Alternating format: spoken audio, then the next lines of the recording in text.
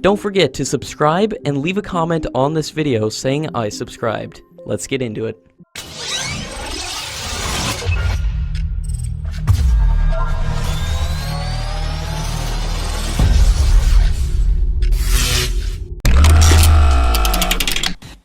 After the success of the Israeli air-to-surface Spice 2000 penetrator systems in the Balakot operation, the Indian Air Force is now planning to buy the advanced bunker buster version of the Spice 2000.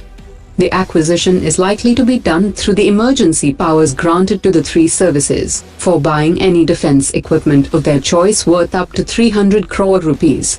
Meanwhile, the Indian Army is also going ahead with the purchase of the long-range variant of Spike ATGMs under the emergency powers.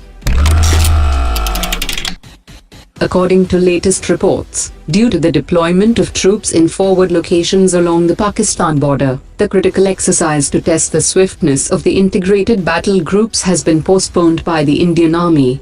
The exercise will be held soon, after the precautionary deployment gets over.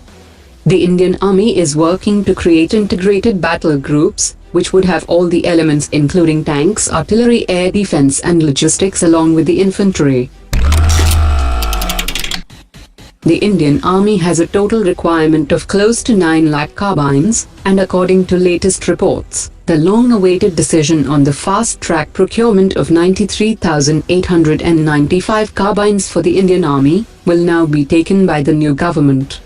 The actual deal is for $130 million, and if the life cycle costs and spares is included for 15 years, it totals to $530 million for almost 1 lakh carbines. There was a series of meetings in New Delhi last week between senior Defense Ministry officials and Caracal officials, and the company had addressed all the raised concerns and clarified that it is a part of United Emirates Defense Industrial Company and is also a NATO-compliant company with facilities available in countries including Germany, Algeria and the US.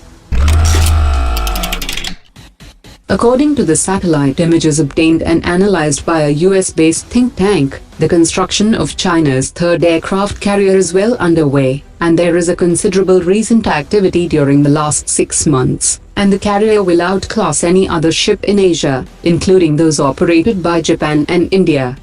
The main hull section is approximately 40 meters wide and might have a displacement of around 80,000 tons, as compared to 45,000-ton INS Vikramaditya of the Indian Navy. According to Pentagon, the third aircraft carrier could become operational by 2022, and it would be capable of launching airborne early warning aircraft and heavy fighter jets with full payload. The Coastal Security Exercise Operation Sea Vigil was undertaken on the eastern and western coast, and according to a media report, nearly 10% of the mock intrusion were successful in breaching the multi-layered defenses, and it is still possible to sneak in, despite the massive infrastructure upgrade. A satellite-guided friend or foe identification system with a two-way messaging system is finally ready for induction within the next 4 months for installation on smaller boats.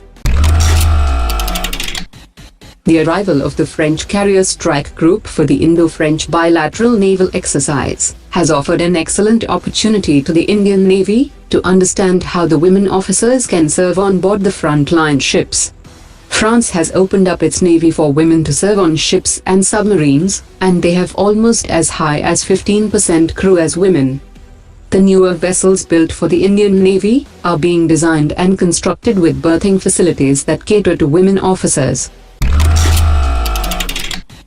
France's permanent representative to the United Nations has said that nations like Germany, India and Japan are needed as permanent members of a reformed and enlarged UN Security Council, and the addition of these key members to the United Nations High Table is among France's strategic priorities. India is at the forefront of efforts at the United Nations, pushing for the long-pending reform of the Security Council, emphasizing that it rightly deserves a place at the UN High Table as a permanent member.